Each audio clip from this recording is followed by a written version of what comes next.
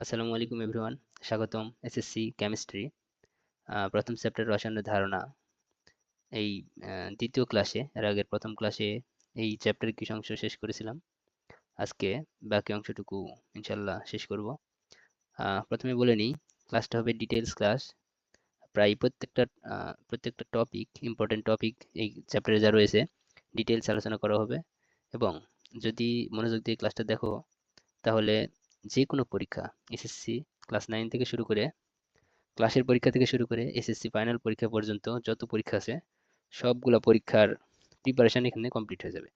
আমি প্রায় সবগুলা লাইন এখানে ডিটেলসে ব্যাখ্যা করব, যেখানে ব্যাখ্যা করা প্রয়োজন, এবং সম্ভাব্য কোশ্চিন কি হইতে পারে এবং গুরুত্বপূর্ণ টপিক কোনটি সবগুলো বলবো।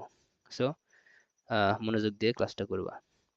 ওকে, আজকের আলোচনার বিষয় হচ্ছে, এখান থেকে শুরু, রসায়নের সাথে বিজ্ঞানের অন্যান্য শাখার সম্পর্ক, relationship between chemistry and other branches of science. Okay, কেমিস্ট্রির সাথে অন্যান্য ব্রাঞ্চের যে সম্পর্কটা রয়েছে, আহ, ইতিমধ্যে তোমরা জেনেছো বিজ্ঞানের বিভিন্ন শাখা রয়েছে, যেমন রসায়ন, জীববিজ্ঞান, পদার্থবিজ্ঞান, গণিত, পরিবেশ বিজ্ঞান, ভূতত্ত্ব বিজ্ঞান ইত্যাদি। বিজ্ঞানের একটি শাখার সাথে অন্য একটি শাখার গভীর সম্পর্ক বিদ্যমান।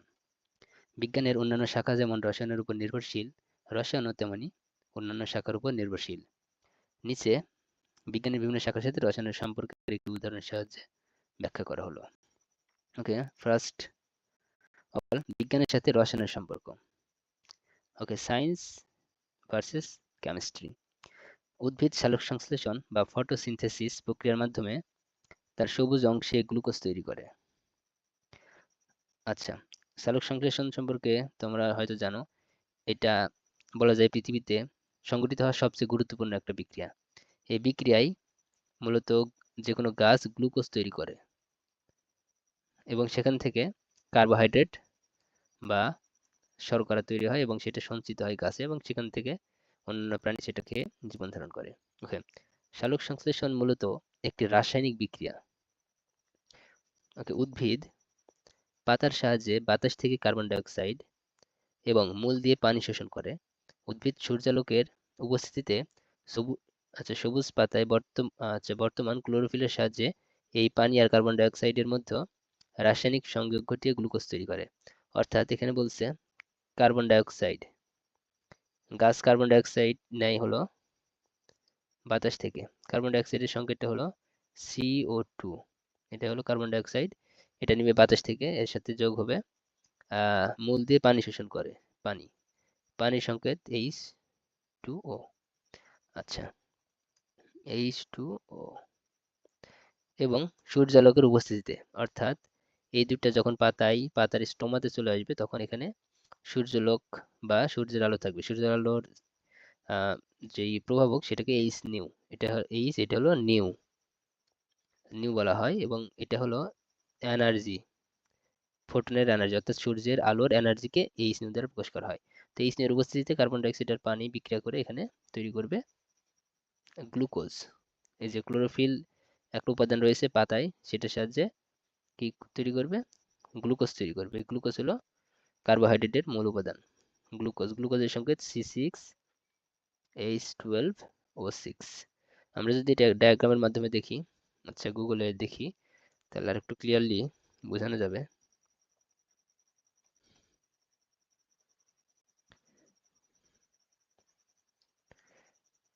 ফটোসিনথেসিস।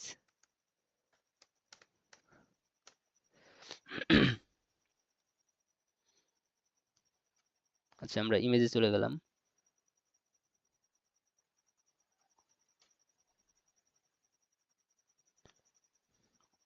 আচ্ছা, এটা সিম্পলি যদি আমরা বোঝার চেষ্টা করি, তাহলে দেখা যায় যে এখানে এটা মাটির নিচে দেখানো হচ্ছে ওয়াটার, এখান থেকে নিবে এবং কার্বন ডাইঅক্সাইড পাতা থেকে নিবে, এবং পাতার এই যে এটাতে লক্ষ্য করলে আমরা দেখব, এই যে এখানে 6 অণু কার্বন ডাইঅক্সাইড বাতাস থেকে নিবে এবং 6 অণু পানি নিবে, এবং লাইট এনার্জি যেটা ইউভি এইচ নিউ সেটা নিয়ে, যেটা হলো গ্লুকোজ C6H12O6, এবং 6 অণু অক্সিজেন তৈরি করবে থাকবে।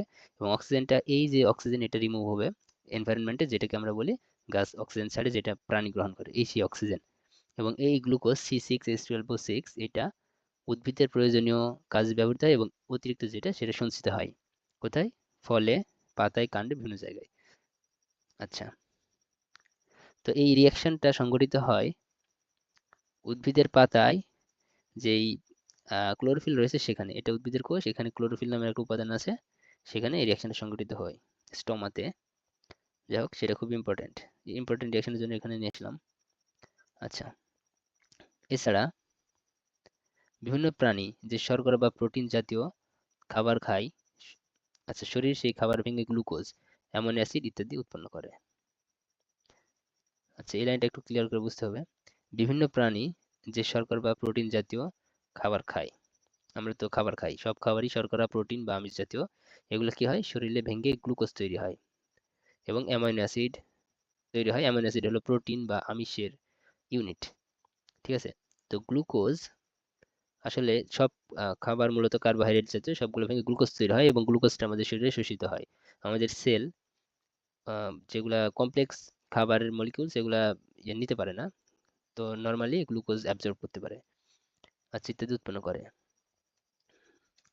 সমগ্র জীবদেহই রাসায়নিক পদার্থ দিয়ে তৈরি। উদ্ভিদ ও প্রাণীদেহের এসব রাসায়নিক পদার্থ ও তাদের মধ্যে ঘটে যাওয়া বিভিন্ন রাসায়নিক বিক্রিয়া জীববিজ্ঞানে আলোচনা করা হয়। তাই জীববিজ্ঞান ও রসায়ন পরস্পর সম্পর্কযুক্ত। তো জীববিজ্ঞান ও রসায়ন পরস্পর সম্পর্কযুক্ত কেন হলো? কারণ আমাদের দেহ এবং সব প্রাণীর দেহ পুরাটাই বিভিন্ন রাসায়নিক পদার্থ দিয়ে তৈরি। কারণ রাসায়নিক পদার্থ আমরা কি জানি, 118টি মৌল আছে। 118টি মৌল, 118টি মৌলের বাইরে তো কিছুই নাই।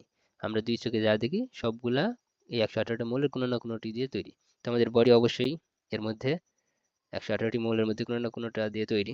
এবং কি কি দিয়ে তৈরি আমরা জানি, আমাদের বডি মূলত কার্বন, হাইড্রোজেন এবং অন্যান্য কিছু উপাদান, নাইট্রোজেন, অক্সিজেন, তারপরে সালফার এই জাতীয় কিছু অ্যাটম দিয়ে তৈরি। তো এইসবের মধ্যে রাসায়নিক বিক্রিয়া ঘটে এবং আমাদের শক্তি উৎপন্ন হয়। এবং এটা জীববিজ্ঞানের বিষয়, যদিও যেহেতু এটা বডি সম্পর্কিত, তো এবং রসায়নের বিক্রিয়াটা হয়, সেটার মধ্যে একটা নিবিড় সম্পর্ক রয়েছে। আচ্ছা, পদার্থবিজ্ঞানের সাথে রসায়নের সম্পর্ক দেখি এবার। পদার্থবিজ্ঞানের সাথে রসায়নের সম্পর্ক। পদার্থবিজ্ঞানের আলোচ্য বিষয়ের মধ্যে রয়েছে কি, চুম্বক, আরেকটা কি, বিদ্যুৎ, বিভিন্ন যন্ত্রপাতি ইত্যাদি। বিদ্যুতের জন্য যে ব্যাটারি ব্যবহার করা হয় তার রসায়নের অবদান। আচ্ছা, পেট্রোল, প্রাকৃতিক গ্যাস, কয়লা পুড়িয়ে যে শক্তি উৎপন্ন করা হয় তাদের যানবাহন চলে, বিদ্যুৎ উৎপন্ন হয়। রসায়ন আবার পদার্থবিজ্ঞানের উপর নির্ভরশীল। ভৌত রসায়ন হলো রসায়নের একটি শাখা যার বিভিন্ন তত্ত্ব মূলত পদার্থবিজ্ঞানের বিভিন্ন তত্ত্ব এবং সূত্রের উপর ভিত্তি করে প্রতিষ্ঠিত। নিউক্লিয়ার ফিজিক্স এবং নিউক্লিয়ার কেমিস্ট্রি একই সূত্রে গাঁথা। আচ্ছা, এখানে একটা কথা বলি, সেটা হলো নিউক্লিয়ার ফিজিক্স। এই যে নিউক্লিয়ার, এটা থেকে যে ইলেকট্রিসিটি উৎপন্ন হয় নিউক্লিয়ার পাওয়ার প্ল্যান্টে, সেখানে যে রিয়াকশনটা হয় ইউরেনিয়াম 235 এর, এই রিয়াকশনটা কিভাবে হবে, কিভাবে কন্ট্রোল করবে, কতটা এনার্জি তৈরি হবে, এই রিয়াকশনটা কেমিস্ট্রির বিষয়। এবং এখান থেকে যে এনার্জিটা তৈরি হবে সেটা কনভার্ট করে ইলেকট্রিসিটিতে রূপান্তর করা, এটা হলো ফিজিক্সের বিষয়। তো এইটা হলো নিউক্লিয়ার কেমিস্ট্রি এবং ফিজিক্সের সম্পর্ক এখানে। আচ্ছা, এখানে যেটা বলছে চুম্বক এবং হলো বিদ্যুৎ, চুম্বকের বিষয়, বিদ্যুতের বিষয় তো এটাই। আচ্ছা, পরে দেখা যাক গণিতের সাথে রসায়নের সম্পর্ক। আচ্ছা, গণিতের সাথে রসায়নের সম্পর্ক দেখি এবার। রসায়নের সাথে গণিতের নিবিড় সম্পর্ক রয়েছে। রসায়নের বিভিন্ন ক্ষেত্রে, বিশেষ করে গণনার কাজে, গণিতের সাধারণ সূত্র থেকে জটিল সূত্র ব্যবহার করা হয়, যেমন দ্রবণের ঘনমাত্রা নির্ণয়, যৌগের সংযুক্তি নির্ণয়, বিক্রিয়ার হার ইত্যাদি। আচ্ছা, এখানে কেমিস্ট্রি, ম্যাথ, সবগুলোর বেসিক বিষয় হচ্ছে ম্যাথ।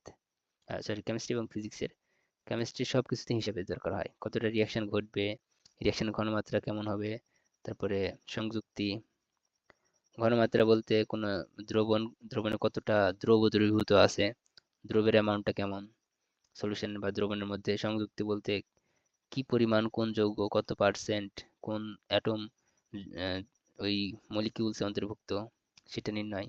এগুলো তো ক্যালকুলেশন অর্থাৎ গণিত।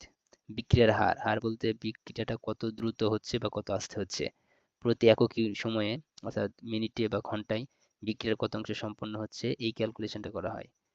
তো এসবগুলোই গণিতের বিষয়। আচ্ছা, এছাড়া বিজ্ঞানের আরও যেসব শাখা আছে তার প্রায় সব শাখার সাথে রসায়নের প্রত্যক্ষ বা পরোক্ষ সম্পর্ক রয়েছে। আচ্ছা, আমরা এবার দেখব রসায়ন পাঠের গুরুত্ব। সম্পর্ক দেখলাম, এবার দেখবো গুরুত্ব। আসলে রসায়ন পড়ে আমাদের কি লাভ, বা রসায়নটা আসলে কিভাবে নাওএডেজ এই ওয়ার্ল্ডের জন্য কাজ করে সেটা। The importance of studying chemistry. ধরো তুমি সকালবেলা ঘুম থেকে উঠে ব্রাশে একটু পেস্ট লাগিয়ে দাঁত মাজলে, তারপরে বই নিয়ে পড়তে বসলে। পড়ার সময় মা তোমাকে চা আর বিস্কুট দিল, তুমি তা খেলে, খেয়ে গোসল করতে গেলে। আচ্ছা, গোসল করতে গিয়ে দেখলে তোমাদের বাথরুমটা একটু নোংরা হয়ে আছে, তাই তুমি টয়লেট ক্লিনার দিয়ে টয়লেট পরিষ্কার করলে। আচ্ছা, গোসল করার সময় ব্যবহার করলে সুগন্ধি সাবান আর শ্যাম্পু। গোসল শেষে গায়ে একটু লোশন মেখে নিলে, তারপর সকালের নাস্তা সেরে স্কুলে গেলে। স্কুলে শিক্ষক চক দিয়ে বোর্ডে লিখলো, তোমাদের পড়া বুঝিয়ে দিল। লক্ষ্য করো তুমি যে জিনিসগুলো ব্যবহার করছো, যেমন paste, brush, biscuit, toilet cleaner, সাবান, শ্যাম্পু, লোশন কিংবা চক, সবই রসায়নের অবদান। এগুলো কেন রসায়নের অবদান আমি একটা একটা করে বলতেছি। প্রথমে আসি পেস্টে। পেস্ট পেস্ট হলো এমন একটি কেমিক্যাল, কেমিক্যাল বলা যায় এটা, রাসায়নিক যৌগ যেটা ল্যাবে তৈরি করা হয় ল্যাবরেটরিতে, এবং এটার পিএইচ মানটা নিয়ন্ত্রণ করা হয়। সো পিএইচ মান এমন রাখা হয় যাতে এটা ময়লা উঠাতে ভালো ইয়া হয় আর কি। এটা যাতে ক্ষতি ইয়ে না হয়। যদি পিএইচ এর মান খুবই কম হয়, 0 বা 1 বা 2 এর কাছাকাছি হয়, তাহলে এটা হয় স্ট্রং অ্যাসিড, যেটা মুখের অনেক ক্ষতি করতে পারে। এবং পিএইচ যদি 10, 11, 12 বা 14 কাছে যায়, তখন এটা যত উপরে যাবে তত বেশি বেসিক বা তত বেশি ক্ষারীয় হবে। যদি বেশি ক্ষারীয় হয়ে যায় তাহলে সেটাও আমাদের মুখের জন্য বা মাংসপেশির জন্য খুব ক্ষতিকর। সেটা কন্ট্রোল করা হয় ল্যাবরেটরিতে এবং এটা ইউজ করা হয়। এবং ব্রাশ হচ্ছে ব্রাশ হচ্ছে একটা পলিমার। পলিমারটা কি? ব্রাশ কি দিয়ে তৈরি? ব্রাশ মূলত প্লাস্টিক টাইপের বা রাবার টাইপের আহ, অণু দিয়ে তৈরি। এগুলোকে বলা হয় পলিমার। পলিমার তৈরি হয় মনোমার থেকে। আর এইগুলা ল্যাবে তৈরি করা হয়, এগুলো প্রকৃতিতে পাওয়া যায় না। ব্রাশ, আরেকটা ব্রাশ দেখাইছিলাম, ব্রাশ মানে পিতল, ওই ব্রাশ না এটা। এটা আমাদের ব্রাশ করার ব্রাশ। এটা তৈরি হয় রাবার রাবার প্লাস প্লাস্টিক, এই অংশগুলো, এগুলো সব ল্যাবে সিনথেটিক উপায়ে এই মলিকুলস গুলো তৈরি করা হয়, অর্থাৎ এই যৌগগুলো তৈরি করা হয়, এবং সেটা ইউজ করা হয় ব্রাশের জন্য। তারপরে বিস্কুটের বিষয়ে কিছু বলার নেই। বিস্কুট প্রক্রিয়া করা হয় ময়দা থেকে বা গম থেকে, যেগুলা সংরক্ষণের জন্য কেমিস্ট্রির বিষয়টা মাথায় রাখতে হয়। সংরক্ষণ, প্যাকেটে যে সংরক্ষণ করা হয় সেখানে প্যাকেটের মধ্যে ইনার্ট গ্যাস বা দেওয়া হয়, এবং এখানে কিছু প্রিজারভেটিভস অ্যাড করা হয় যাতে এটা নষ্ট না হয় ব্যাকটেরিয়া দ্বারা, সম্পূর্ণ নষ্ট না হয়। টয়লেট ক্লিনার বা সাবান, শ্যাম্পু, লোশন সবগুলো ল্যাবে তৈরি করা হয়, যেগুলার কি করে পিএইচ মানটা হয় অ্যাসিডিক অথবা বেসিক বা ক্ষারীয় রাখা হয়, যাতে এটা আহ, ময়লা ময়লা বলতে আমরা কি বুঝি, যেগুলো এগুলো পরিষ্কার করে। আমরা যে ময়লাগুলো পরিষ্কার করি এগুলো মূলত তেল বা চর্বি জাতীয় সবই। তো এগুলো ওঠানোর জন্য যেই আহ, যৌগগুলো দরকার সেগুলোতে ফাংশনাল গ্রুপ থাকে, যেমন এটা অ্যাসিড ফাংশনাল গ্রুপ। তো এগুলোর থেকে যদি এইচটা বাদ দেওয়া হয় তাহলে সি ডবল ও মাইনাস তৈরি হয়। তো এইটা ময়লার সাথে, তেল বা চর্বির সাথে কি করে, যৌগ গঠন করে, এবং তারপরে পানিতে ধোয়া হলে এই যৌগ যখন গঠন করে, তেলের অণুটা এই অ্যাসিড গ্রুপটা নিয়ে পানিতে ধোয়া হইলে বা পানি দেওয়া হলে সেগুলো চলে যায় এবং জায়গাটা পরিষ্কার হয়ে যায়। সেটা কাপড় হইতে পারে বা বডি হইতে পারে। আচ্ছা, শুধু কি তাই? জমিকে উর্বর করার জন্য তৈরি করা হয়েছে সার। আচ্ছা, সারের বিষয়টা 1 মিনিটে বলি। সেটা হলো আমাদের সব ধরনের ফসলের জন্য নিউট্রিয়েন্ট বা পুষ্টি উপাদান দরকার, এবং পুষ্টি উপাদান মাটি থেকে নেয় গাছ, এবং ম্যাক্সিমাম ক্ষেত্রে দেখা যায় একই ফসলে, মানে একই জমিতে বারবার ফসল ফলানোর ফলে পুষ্টি উপাদানের ঘাটতি পড়ে যায়। তখন সেই পুষ্টি উপাদানের সার থেকে আসে, এবং এই সার তৈরি করে এই পুষ্টি উপাদানের উপর বেসিস করে। ঠিক আছে? যেমন ইউরিয়া সার নাইট্রোজেনের ঘাটতি পূরণ করে, টিএসপি আছে, ট্রিপল সুপার ফসফেট ফসফরাসের ঘাটতি আহ ইয়ে করে, এরকম।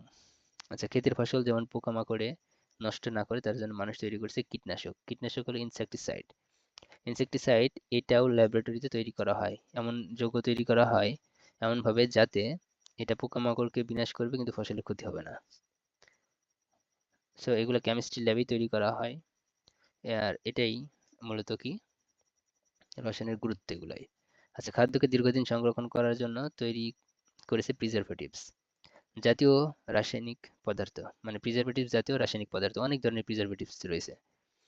অর্থাৎ চাষাবাদ কিংবা খাদ্যের জন্য আমরা রসায়নের উপর নির্ভর করি। আচ্ছা, আজ কলেরা, টাইফয়েড, যক্ষ্মা এগুলো রোগ ইত্যাদি মানুষের জন্য অতি সাধারণ চিকিৎসাযোগ্য রোগ। একসময় এই সকল রোগেই লক্ষ লক্ষ মানুষ মারা গেছে। সম্প্রতিকালে করোনার ভয়াবহতা থেকে আমরা মুক্তি পেয়েছি রসায়নের কল্যাণে। আচ্ছা, করোনা 2020-এ কি মহামারী টাইপের ধারণ করছিল, এবং যে ভ্যাকসিনটা তৈরি করা হচ্ছিল এই ভ্যাকসিনটা আসলে কেমিস্ট্রাই ট্রাই করছিল। শুধু কেমিস্ট্রি না, কেমিস্ট্রি বায়োকেমিস্ট্রি এদের কম্বাইন্ডে। তো মূলত কেমিক্যাল যে যৌগগুলো রয়েছে এগুলাই ইউজ করা হয় বিভিন্ন ড্রাগে। এই যে যত ধরনের রোগ আছে, কলেরা, টাইফয়েড থেকে শুরু করে এই সব ধরনের রোগের চিকিৎসায় যে ড্রাগ ইউজ করা হয় সবগুলো কি করা হয়, কেমিস্ট্রি ল্যাবে তৈরি করা হয়। আচ্ছা, কিভাবে বলতে পারো? রসায়নের জ্ঞান ব্যবহার করে মানুষ এই সকল রোগের ওষুধ সফলতার সাথে আবিষ্কার করেছে। এখন ওষুধের আবিষ্কার এমন পর্যায়ে চলে গেছে যে ক্যান্সারের মতো মরণ ব্যাধি থেকেও মানুষ অনেক ক্ষেত্রে রক্ষা পাচ্ছে। আচ্ছা, শিল্প কারখানা, যানবাহন, মানুষের ব্যবহার্য সামগ্রী থেকে সৃষ্ট প্রচুর পরিমাণ রাসায়নিক বর্জ্য আমাদের পরিবেশের ক্ষতি সাধন করছে। এর মাঝে রয়েছে carbon dioxide, carbon monoxide, carbon dioxide CO2, carbon monoxide. Carbon মনোক্সাইডটা হলো কার্বন আর অক্সিজেন। কার্বন একটা, মনো মানে এক, একটা অক্সিজেন। সো কার্বন মনোক্সাইড মানে হলো CO। CO। Sulphur dioxide, sulphur dioxide হলো সালফারেস ডাইঅক্সাইডের SO2। আচ্ছা, এবং বিভিন্ন অ্যাসিড, বিভিন্ন ভারী ধাতু, হেভি মেটালের মধ্যে রয়েছে পারদ। পারদ হলো মার্কারি, যেটা হলো AeC, lead Pb, arsenic As, cobalt CO ইত্যাদি সহ আরো অনেক ধরনের রাসায়নিক দ্রব্য। সো এগুলো কোত্থেকে তৈরি হয়? এগুলো হলো শিল্প কারখানা থেকে তৈরি হয়। শিল্প কারখানায় জ্বালানি দহনের ফলে কার্বন ডাইঅক্সাইড তৈরি হয়, এবং জ্বালানি দহনের সময় যদি অক্সিজেনের ঘাটতি দেখা দেয় তখন কার্বন মনোক্সাইড তৈরি হয়, এবং সালফার ডাইঅক্সাইড একই কারণে তৈরি হয় জ্বালানি দহনের ফলে। এবং বিভিন্ন ভারী ধাতু, এই ধাতুগুলো থাকে শিল্প কারখানার বিভিন্ন পদার্থে, বর্জ্যে, যেগুলো আসলে ক্ষতিকর। আচ্ছা, এগুলো বায়ুর সাথে মিশে, অর্থাৎ এই গ্যাসগুলো, এগুলো gas, sulphur dioxide, carbon monoxide, এগুলো আসলে গ্যাস, কার্বন ডাইঅক্সাইড সব গ্যাস। এগুলো বায়ুর সাথে মিশে, পানির সাথে মিশে পানি দূষণ এবং অন্যান্য উপায়ে পরিবেশের ক্ষতি সাধন করেই চলেছে। এগুলো বিভিন্ন উদ্ভিদ বা মাছের শরীরে প্রবেশ করে তাদের ক্ষতি সাধন করছে। এসব মাছ এবং উদ্ভিদ আমরা খাদ্য হিসেবে খেয়ে পরোক্ষভাবে ক্ষতিগ্রস্ত হচ্ছি। বিভিন্ন ক্ষেত্রে অতিরিক্ত রাসায়নিক দ্রব্য ব্যবহার করা আমাদের জন্য ক্ষতির কারণ। যেমন অতিরিক্ত রাসায়নিক দ্রব্য কোথায় ব্যবহার করি? যেমন ফসলের ক্ষেত্রে ক্ষতিকারক পোকামাকড় ধ্বংস করার কাজে কীটনাশক ব্যবহার করা হয়, কিন্তু তা প্রয়োজনের অতিরিক্ত ব্যবহার করলে ওই অতিরিক্ত কীটনাশক কি হয়? বৃষ্টির পানিতে ধুয়ে পুকুরে, নদীতে, খালে বিলে পড়ে এবং ওই পানি দূষিত করে। ওই সকল কীটনাশকের কোনোটির কিছু অংশ উদ্বায়ী হওয়ায় সরি তা বাতাসের সাথে মিশে বাতাসকে দূষিত করে। অর্থাৎ কীটনাশকের অতিরিক্ত ব্যবহার পরিবেশের জন্য ক্ষতিকর। আচ্ছা, এটার একটা আচ্ছা, রসায়ন পাঠ করলে এরকম প্রাকৃতিক ও বাস্তব জীবনের অনেক কিছুই তোমরা ব্যাখ্যা করতে পারবে। সুতরাং বুঝতেই পারছো, রসায়ন একদিকে যেমন অনেক প্রয়োজনীয় মূল্যবান জিনিস আবিষ্কার করছে, তেমনি তার যৌক্তিক এবং অবিবেচকের মতো ব্যবহার পরিবেশের মারাত্মক ক্ষতি সাধন করছে। এখনো অনেক রোগের ওষুধ আবিষ্কার হয়নি। রসায়ন অধ্যয়ন ও গবেষণা করে সেসব ওষুধ আবিষ্কারের চেষ্টা করা এখন আমাদের দায়িত্ব। কাজেই তোমরা নিশ্চয়ই বুঝতে পারছো, রসায়ন পাঠ করে একদিকে আমরা যেরকম মানব কল্যাণের জন্য প্রয়োজনীয় অনেক নতুন জিনিস তৈরি করতে পারবো, একই সাথে পরিবেশের জন্য কোনটি ক্ষতিকর সেটি বুঝতে পারবো। আর তোমরা রসায়ন অধ্যয়ন করে এই পৃথিবীকে আরো এগিয়ে নিয়ে যাবে, এটা তোমাদের কাছে সবার প্রত্যাশা।